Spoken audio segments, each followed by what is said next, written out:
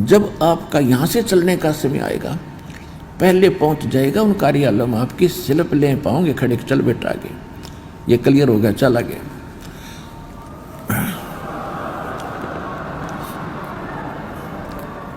और गुरु की क्या आवश्यकता होती है? गुरु तो यहाँ से लेकर आखिर तक तुम्हारे साथ रहेगा। जब तुम जा पाओगे ना तो कोई भी आपको बहका लेगा, मूर्ख बना लेगा।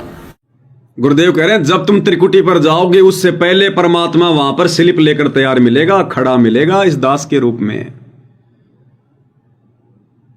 और क्या कहते हैं गुरुदेव कि इस दास के रूप में आपको परमात्मा मिलेंगे त्रिकुटी पर। क्यों भाई, परमात्मा का कोई रूप नहीं है क्या? परमात्मा अपने ओरिजिनल रूप में आने से त्रिकुटी पर वो डरता है क्या? क्या काल की तरह परमात्मा भी अपने बच्चों को अपने ओरिजिनल रूप में दर्शन देने से डरता है क्या? जो त्रिकुटी पर भी सतगुरु रामपाल जी के रूप में मिलेंगे, त्रिकुटी से हिसाब किताब करवाकर सतगुरु रामपाल जी के रूप में सतलोक छोड़ के आएंगे। तो फिर कबीर भगवान है कौन, जिसकी हम शकल ही नहीं जानते? फिर हम क्या विश्वास करें कि वो कबीर है, वो भगवान है? अरे जिस लड़की ने अपने पति की शकल नहीं देखी वो कैसे चली जाएगी उसके साथ में? एजेंट ही सारे काम करेगा क्या? वो बिचौलिया सारे काम करेगा क्या?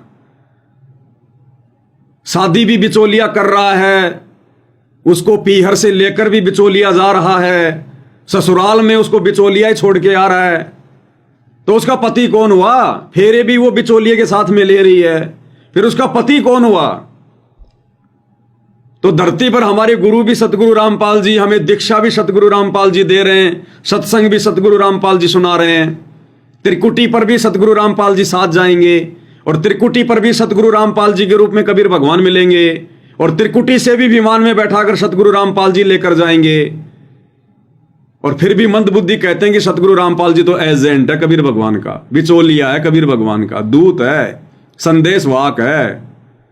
तो फिर भगवान कौन है फिर, जिसकी हमने शक्ल भी नहीं देखी? अगर सतगुरु रामपाल जी कबीर जी के बिचौलिए हैं, कबीर जी के एजेंट हैं, और यदि ये हमें सतलोक लेकर जाएंगे और वहां जाने के बाद फिर हमें और कोई हमारा पति मिलेगा कि ले भाई यो है तेरा भगवान, यो है तेरा पति कबीर। अरे हमारी श्रद्धा, हमारी लगन तो हमारे गुरुदेव भगवान में, इनकी सलोनी सूरत में। हमने अपना प्यार तो सतगुरु रामपाल जी भगवान में देखा, उनके चरणों में देखा, उनकी सूरत में देखा, और वहां जाकर एकदम से अनजान व्यक्ति के हाथ में सौंप दिया जाएगा कि यो है तेरा पति। तो कैसे आस्था बनेगी हमारी उसमें, जिसको हम अपना पति परमेश्वर मानकर यहां भक्ति कर रहे हैं सतगुरु रामपाल जी को।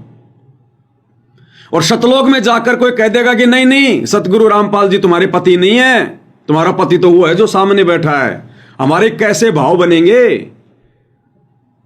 किसी लड़की की शादी करके कोई लेके गया, फेरे फारे लेके गया, और वहां जाकर किसी और के हाथ पकड़ा दे कि नहीं नहीं मैंने तो तेरे साथ में खाली फेरे लिए थे, तेरा पति तो ये है, इसके साथ जा। वो लड़की कैसे जाएगी? तो क्या कह रहे हैं गुरुदेव भगवान, अंतिम समय तक जब आपका यहाँ से चलने का समय आएगा, पहले पहुँच जाएगा उन कार्यालयों में, आपकी स्लिप ले पाओगे खड़े, चल बेटा आगे, ये क्लियर हो गया, चल आगे।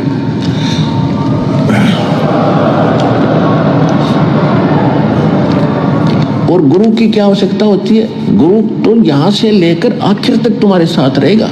जब तुम जा पाओगे ना तो कोई भी आपको बहका लेगा, मूर्ख बना लेगा,